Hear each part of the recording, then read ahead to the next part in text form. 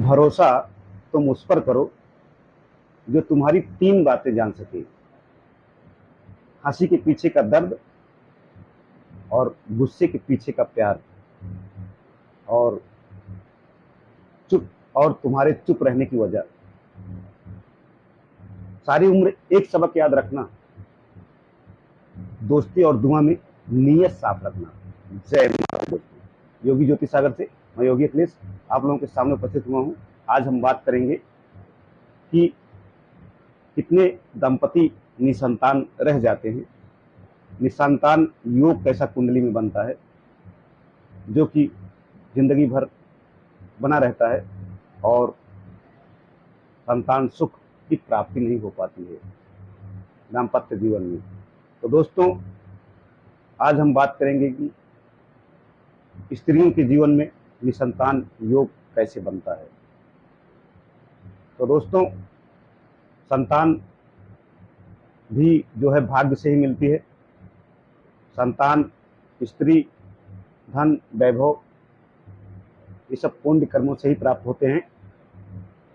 और कितने लोग टेस्ट ट्यूब बीबी का भी सहारा लेते हैं, जो कि वैज्ञानिक द्वारा है विधि, पर फिर भी संतान सुख नहीं प्राप्त कर पाते, क्योंकि ऐसा योग बना होता है कुंडली में जो संतान सुख से वंचित करता है।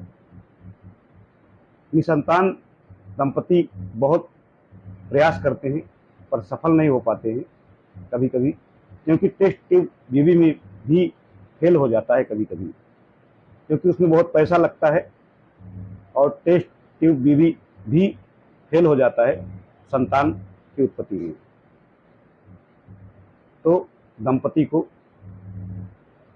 वहां से भी कुछ प्राप्त नहीं होता है, संतान सुख। तो दोस्तों, स्त्री की कुंडली में अगर बुध और चंद्र 8वें खाने में हो तो निसंतान योग बन जाता है।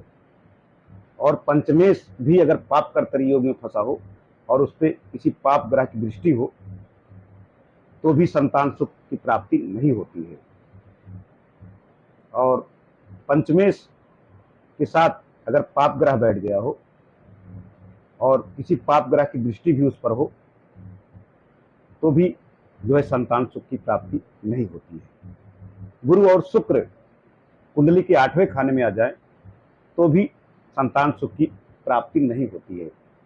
लाख कोशिशों के बाद भी मरे हुए संतान पैदा होते हैं, और ज्यादा से ज्यादा संतान जो पैदा होते हैं अक्सर मरी हुई संतान पैदा होती है जब गुरु और शुक्र एक साथ कुंडली में आ जाते हैं, क्योंकि संतान को देने में गुरु और शुक्र का बहुत महत्वपूर्ण योग होता है।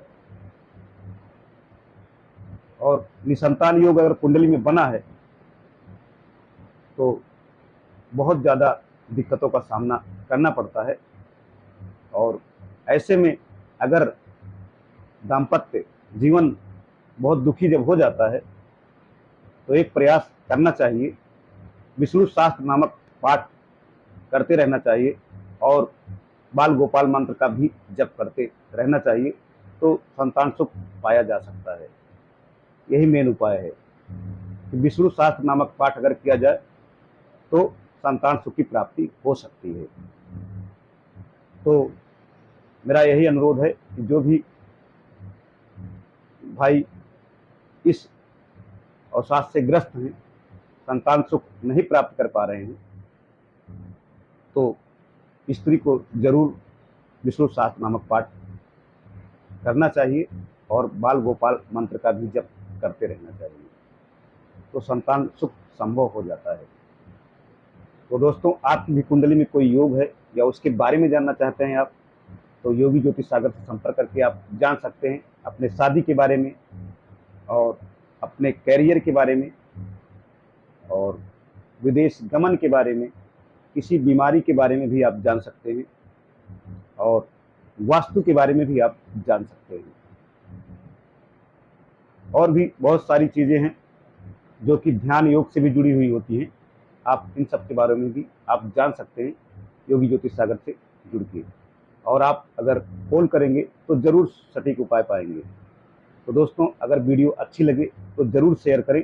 अगर ऐसा योग कुंडली में बना हो तो ज़रूर यह उपाय करें विष्णु शास्त्र का, तो आपकी समस्या का हल ज़रूर होगा। तो दोस्तों, इसी के साथ